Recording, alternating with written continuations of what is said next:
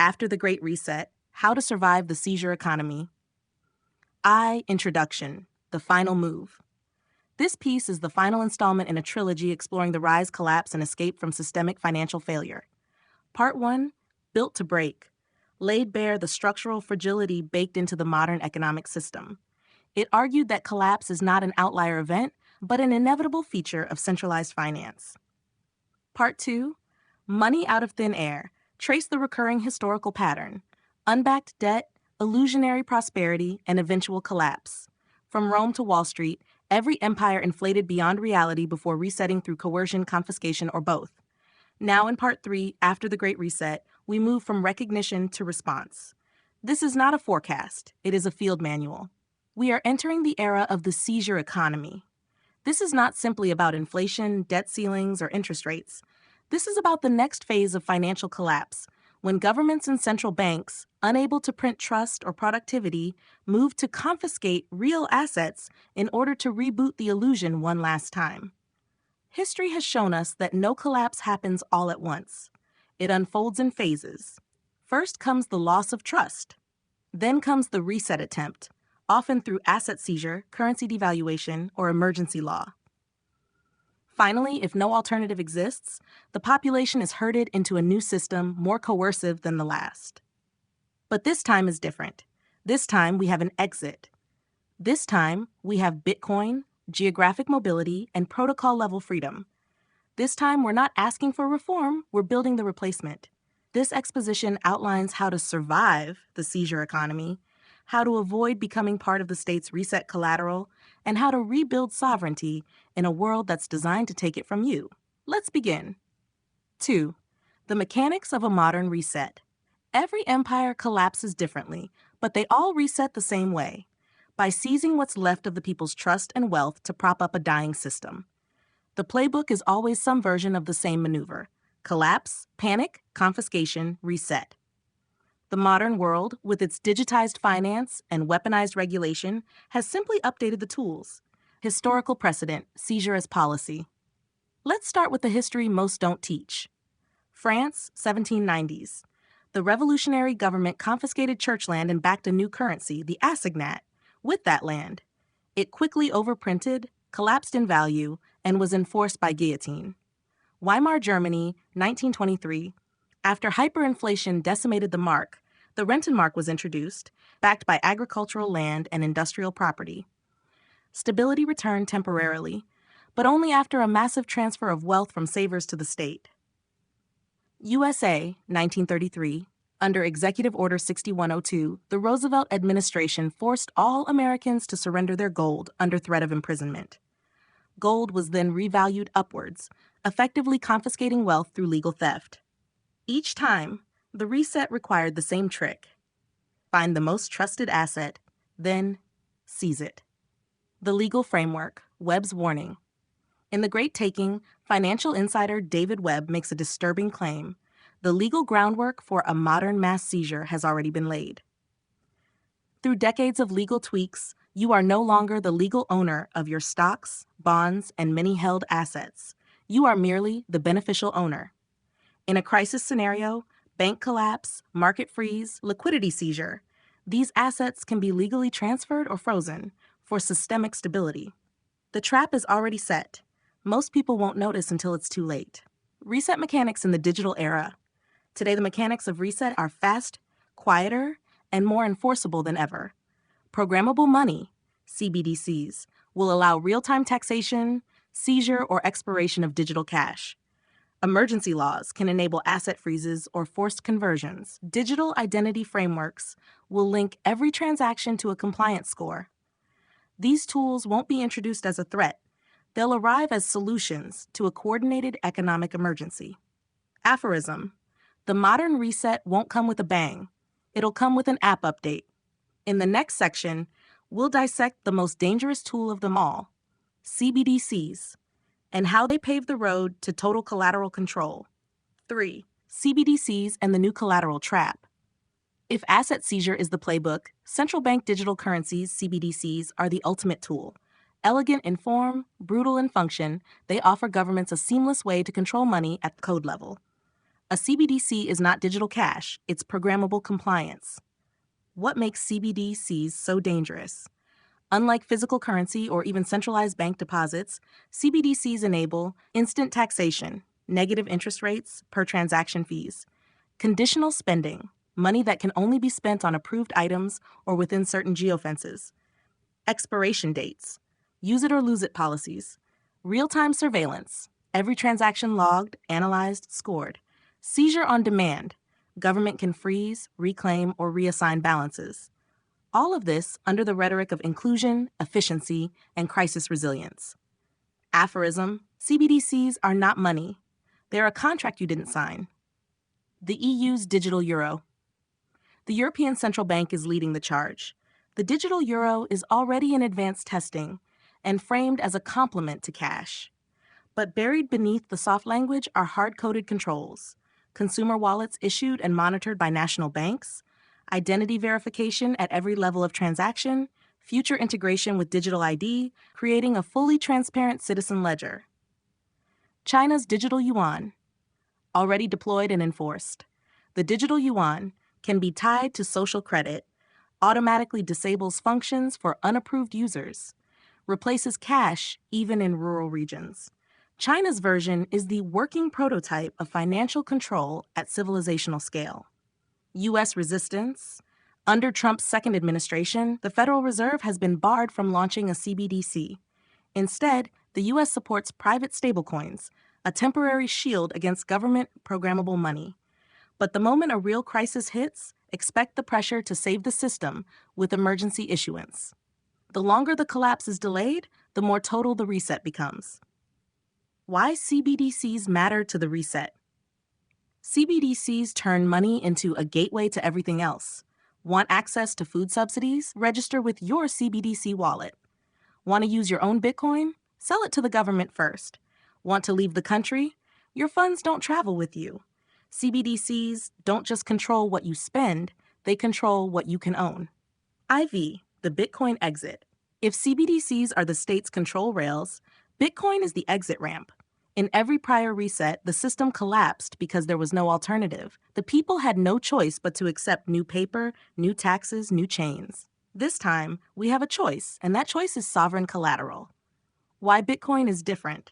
Unlike gold, land, or banked wealth, Bitcoin is non-custodial. You can hold it yourself without intermediaries. Non-seizable. Unless they know your keys, they can't touch it. Borderless. It travels with you, encrypted in a seed phrase or memorized entirely. Uninflatable. 21 million coins, ever. Full stop. Decentralized. No central issuer to manipulate, censor, or repurpose it. Aphorism. Gold is the king's money. Bitcoin is the exile's. Self-custody or nothing.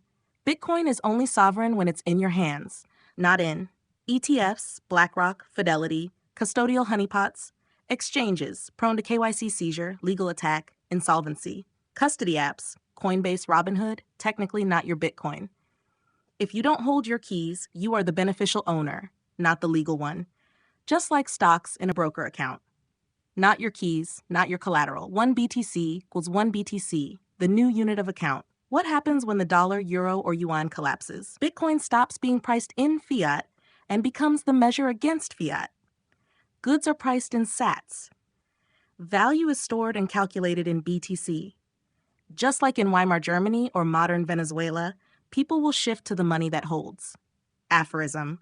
When fiat dies, Bitcoin is what's left. The Lightning Network, spendable sovereignty. Bitcoin Layer 1 is your vault. Lightning is your bloodstream. The Lightning Network enables instant micropayments, low-fee global transfers, peer-to-peer exchange outside the banking system. This isn't theory. It's active now in El Salvador, in Africa, in Argentina, in local P2P markets, and in global remittance corridors. Bitcoin isn't just resistance, it's infrastructure. And when the reset comes, it won't ask permission to operate. Next, the geography of collapse and why your feet might be your final escape plan. This content is brought to you by Bobby Giggs. Promote your brand here and reach a wide audience across platforms like YouTube, Instagram, and Facebook. Follow the links in the description to get started. Geography of collapse, the sovereign migration layer. One of the most overlooked truths of historical collapse is this: empires die locally, sovereignty survives elsewhere. Rome collapsed, but Byzantium endured. Germany burned, but Swiss banks kept balance sheets clean. Today's reset will follow the same pattern. Collapse is not global, it's patchy. Even in world wars and global financial crises, safe zones always exist. In the 1940s, the wealthy fled Europe for Argentina and Brazil. In the 2008 crash, capital flowed to Switzerland, Singapore, and New Zealand. In the 2020 pandemic, people migrated to Florida, Uruguay, and Dubai to escape mandates and lockdowns. The seizure economy will hit hardest where the reset is enforced most aggressively, not everywhere at once. Aphorism: the empire collapses, the world doesn't. Jurisdictions that resist the reset. Some nations are less likely to participate in global asset seizures or CBDC regimes due to independent central banks, strategic neutrality, pro-crypto regulation, economic reliance on foreign capital. Examples to watch: Uruguay, pro-property rights, emerging crypto corridors. Panama, USD-based, banking-friendly, no central bank. UAE, open to Bitcoin, rapid immigration options, zero income tax. Paraguay, low surveillance, fertile for Bitcoin mining and ag tech. Madeira, Portugal, actively encouraging Bitcoin adoption. Strategy isn't only what you hold, it's where you hold it. Geographic optionality, financial survival. You need layered escape routes. Plan A, jurisdictionally friendly home base. Plan B, secondary residency or visa-friendly fallback. Plan C, offshore asset havens or crypto nomad enclaves. Plan D, cold storage seed phrase plus mobile opt-out. Asset portability in a reset world. With Bitcoin, wealth is non-physical. You can carry it in your head, unseen. Customs can't seize what they can't scan. Redeployable. Your bank might freeze a wire. Your Lightning wallet won't. This makes geographic escape not just feasible, but strategic. When the tanks roll in, your land, cash, and gold stay behind. Your Bitcoin doesn't. Lightning, parallel economies, and self-reliant trade. In a seizure economy, surviving isn't just about holding wealth, it's about spending it without permission. You don't need a revolution, you need a replacement. That replacement is already being built, quietly, globally, peer-to-peer. The rise of parallel economies. Throughout history, when formal economies collapse, barter returns, black markets thrive, local trust networks emerge. Today, these are evolving into technologically enabled parallel economies, built on Bitcoin, transacted over Lightning, structured by protocol, not politics.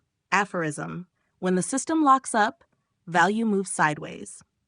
How it works. Lightning in practice. The Lightning Network enables instant, permissionless payments anywhere in the world. No need for banks, apps, or intermediaries. Microtransactions with near zero fees. Private channels for off-grid economic activity. Real examples: El Sonte, El Salvador, Bitcoin Beach, where groceries, rent, and salaries are paid in sats. Machankura, Africa, Bitcoin sent over feature phones via SMS. Argentina, peer-to-peer markets using Bitcoin and stablecoins to survive 100% plus inflation. Digital barter and micro-DAOs. As CBDCs roll out, expect the rise of local encrypted barter networks, community-run micro-DAOs issuing their own stable local currencies, decentralized identity and reputation used to build trust in the absence of credit scores. These are no longer fringe ideas. They are anti-fragile systems born in response to sanctions, blackouts, capital controls, financial censorship. Build or join your local opt-out layer. If your city, town, or country collapses, can you pay a friend in Bitcoin for food? Can you trade your skills for local energy or access? Do you know who you can trust when the card reader stops working? You'll want Cold Wallet plus Lightning mobile app, local contact map for P2P exchange, protocol literacy, how to connect, transact, and verify without traditional rails. The goal isn't isolation, it's decentralized interdependence.